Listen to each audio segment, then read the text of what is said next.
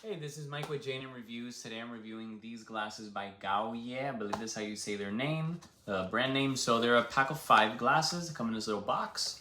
Put this down. Also comes with a little wipe to clean the glasses, as you can see. So it's a little black one. So they come looking like this in these little bags. So they're a pack of 5. I have one downstairs, so I only have 4 with me at the moment. But they come like this, as you can see, protected in a little baggie. So they're very nice, anti-glare. I picked the black color, so they look nice. So let me get a little closer. You can see what they look like. I like that they feel sturdy, so they don't feel too flimsy. Some glasses, like, they feel like they're gonna, like, you're just holding them and you feel like they're gonna fall apart into pieces.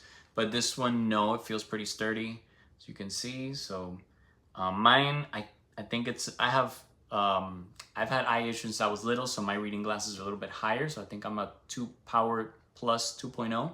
But this is what they look like when you wear them. Let me get a little closer. That's what they look like on the side, in the front. Let me get a little bit closer.